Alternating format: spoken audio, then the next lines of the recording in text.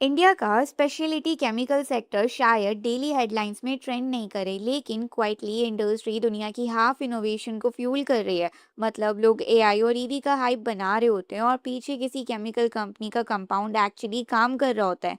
Commodity chemicals और speciality chemicals में difference समझना इंपॉर्टेंट है। Commodity chemicals basically bulk products होते हैं जहां प्राइस वार चलता रहता है। आज डिमांड हाई तो प्रॉफिट हाई, कल ओवर सप्लाई तो मार्जिन क्रैश। लेकिन स्पेशलिटी केमिकल्स एक कम्प्लीटली डिफरेंट है। ये वो केमिकल्स हैं जो स्पेसिफिक एप्लीकेशंस के लिए ही बनाए जाते हैं। Smartphone screen coating, water resistant fabrics, car adhesive, semiconductor processing, agri chemicals या फार्मा इंग्रेडिएंट्स, हर जगह स्पेशलिटी केमिकल्स क्वाइटली इन्वॉल्व होते हैं। और इसी वजह से इस सेक्टर में स्ट्रॉन्ग मोड्स बनते हैं। क्योंकि जब कोई मैन्युफैक्चरर किसी स्पेसिफिक सप्लायर के केमिकल के अराउंड अपना पूरा प्रोडक्ट डिजाइन करता है, तो वो सडनली चीपर अल्टरनेटिव्स पे स्विच नहीं करता। टेस्टिंग्स, अप्रूवल, रिफॉर्मुलेशन, कंप्लाइंस सब कॉस्टली और टाइम कंज्यूमिंग होता है। इसीलिए टॉप स्पेशलिटी केमिकल्स कंपनीज के पास प्राइसिंग पावर और स्टिकी कस्टमर्स दोनों होते हैं। इस वीडियो में बात करते हैं 5 स्पेशलिटी केमिकल कंपनीज की जो स्ट्रॉन्ग फंडामेंटल्स और एक्सपेंशन प्लान्स की वजह से टॉप पिक्स हैं। नंबर 1 पर है Sumitomo chemicals India. Sumitomo chemical India agricultural, house hold insecticides और इन्वायरमेंटल हेल्थ प्रोडक्ट्स में काफ़ी स्ट्रॉन्ग प्रेजेंस रखता है। कंपनी का फोकस सिर्फ प्रोडक्ट्स बेचना नहीं बल्कि बैकवर्ड इंटीग्रेशन और एक्सपेंशन पे भी है। तारापुर फैसिलिटी में सिलेक्टेड मॉलिक्यूल्स के लिए बैकवर्ड इंटीग्रेशन स्टार्ट हो चुका है और दहेज में ग्रीनफील्ड एक्सपेंशन की रेगुलेटरी अप्रूवल्स और प्लानिंग पर भी काफ़ी प्रोग्रेस हुई है। फाइनेंशियली भी कंपनी का परफॉर्मेंस अच्छा रहा है। पिछले 5 ईयर्स में सेल्स अराउंड 5% सीजीआर से ग्रो हुई है, जबकि नेट प्रॉफिट 20% सीजीआर से बढ़ा है। आरओई और आरओसीई एवरेज 20% और 27% के आसपास रहा है, जो स्ट्रॉन्ग कैपिटल एफिशिएंसी शो करता है। सबसे इम्पॉर्टेंट बात, कंपनी डेब्ट फ्री और बैलेंस शीट काफ़ी स्ट्रॉन्ग रहा है। ये सारे फैक्टर्स इंडिकेट करते हैं कि फ्यूचर ग्रोथ के लिए कंपनी एग्रेसिवली प्रिपेयर कर रही है। नंबर 2 पर है pi industries. Pi industries India की लीडिंग एग्रोकेमिकल और कस्टम सिंथेसिस मैन्युफैक्चरिंग कंपनीज में से एक है। कंपनी क्रॉप प्रोटेक्शन सॉल्यूशंस और export focused custom synthesis businesses में काफ़ी स्ट्रॉन्ग पोजीशन होल्ड करती है। डोमेस्टिक एग्रीकल्चरल इनपुट्स बिजनेस में कंपनी का मोर देन 50 इयर्स का एक्सपीरियंस है। हेल्दी प्रोडक्ट मिक्स और कंटिन्यूस प्रोडक्ट लॉन्चेस की वजह से कंपनी ने एग्रोकेमिकल इंडस्ट्री में लीडरशिप बिल्ड की है। करेंटली कंपनी के पास 15 फुल्ली ऑटोमेटेड मल्टीपर्पज प्लांट्स हैं spread across 5 locations along with strong R and D setup in Rajasthan. Financials भी इंप्रेसिव रहे हैं।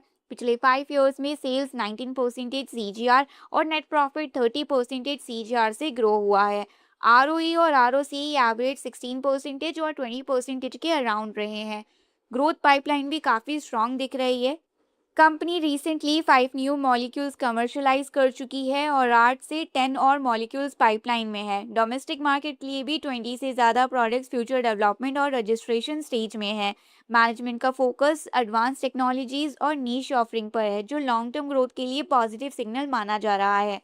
थर्ड कंपनी है एल्कलाइल थर्ड कंपनी है अल्काइल अमाइंस केमिकल्स। डेरिवेटिव्स और स्पेशलिटी केमिकल्स मैन्युफैक्चर करती है। कंपनी की मैन्युफैक्चरिंग फैसिलिटी महाराष्ट्र और गुजरात में लोकेटेड है और आर&डी सेंटर हडपसर में है। कंपनी को रिसेंटली अमोनिया प्रोक्योरमेंट इश्यूज का चैलेंजेस फेस करना पड़ा था, जो की रॉ मटेरियल है मिथिलाइमेंस और इथिलमाइंस के लिए।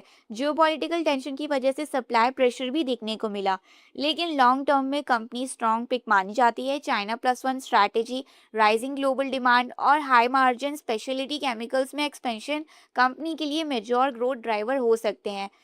फाइनेंशियल परफॉर्मेंस भी हेल्दी रहा है। पिछले 7 इयर्स में सेल्स और नेट प्रॉफिट रिस्पेक्टिवली 15% और 16% सीजीआर से ग्रो हुए हैं। आरओई और आरओसीई एवरेज 24% और 31% के अराउंड रहे हैं, जो काफ़ी स्ट्रॉन्ग नंबर्स हैं। मैनेजमेंट एक्सपेक्ट कर रहा है कि डेरिवेटिव्स और स्पेशलिटी केमिकल सेगमेंट्स का ramp up future operating profits को सपोर्ट करेगा। फोर्थ कंपनी है नवीन फ्लोराइन इंटरनेशनल। ये कंपनी केमिस्ट्री स्पेस में इंडिया का एक मेजर प्लेयर है और ग्लोबली ट्रस्टेड सप्लायर माना जाता है। कंपनी स्पेशलिटी फ्लोरोकेमिकल्स और सीडीएमओ सर्विस प्रोवाइड करती है, स्पेशली फार्मा इनोवेटर्स के लिए।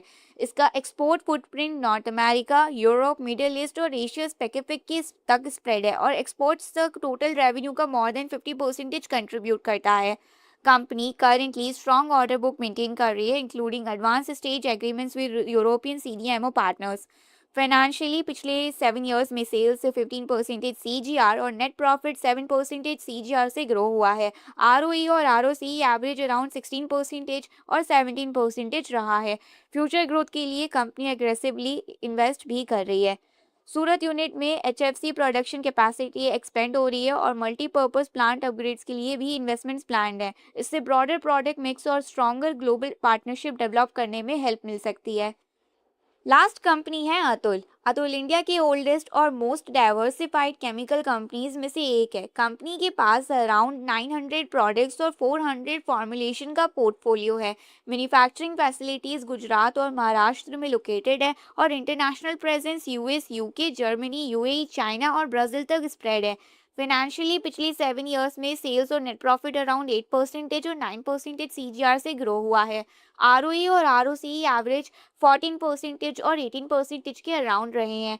Recent anti dumping duty on liquid epoxy resins company के लिए बेनिफिशियल हो सकती हैं, क्योंकि अतुल इपॉक्सी रेजिन्स मैन्युफैक्चर करती है। मैनेजमेंट का focus debottlenecking, downstream expansion और रिलेटेड प्रोडक्ट कैटेगरीज में ग्रोथ पर है। ओवरऑल अगर देखा जाए, specialty chemical sector long term structural growth story लगता है।